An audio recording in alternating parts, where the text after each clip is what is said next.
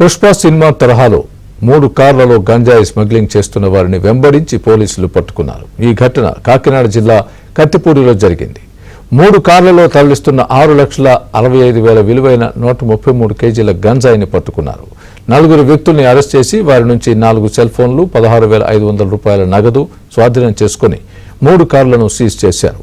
ఒడిషా మల్కన్గిరి నుంచి గంజాయి తరలిస్తున్నారనే సమాచారంతో వీరిని వెంబడించి మరీ పట్టుకున్నట్లు డీఎస్పీ హరిరాజు చెప్పారు. శంకవరం మండలంలో నెల్లిపూడి గ్రామ శివారులోని 4 ముద్దాయిలను అదుపులో తీసుకుని వారి వద్ద నుంచి సుమారుగా 133 కేజీల గంజాయిని స్వాధీనపరచుకోవడం జరిగిందండి.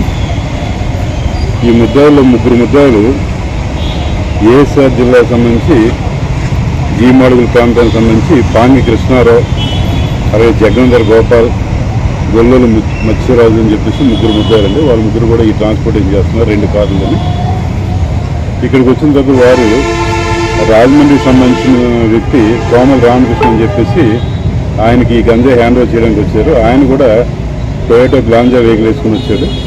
మనం రేట్ చేసి కొత్తపల్లి సిఐ గారు సూర్యాప్పారావు గారు, అలాగే అన్నవరం ఎస్ఐ గారు శ్రీహర్ బాబు గారు, అలాగే అన్నవరంలో మరొక ఎస్ఐ గారు శ్రీ ఎల్ ప్రసాద్ గారు, వారి టీం ఇదంతా కూడా ఒక రకంగా చెప్పాలంటే కొద్దిగా సాహసంగా చాకచక్యంగా ప్రయత్నం చేయడం వల్ల వీళ్ళు 3 కూడా ముద్దాయిలు అక్కడి నుంచి తెచ్చిన వాళ్ళు, అలాగే రాజమండ్రి నుంచి ఎవరైతే రిసీవ్ చేసిన 4 ముద్దాయిలు, అలాగే ఈ 3 కార్లు కూడా ఈ కేసులో స్వాధీనపరిచారు.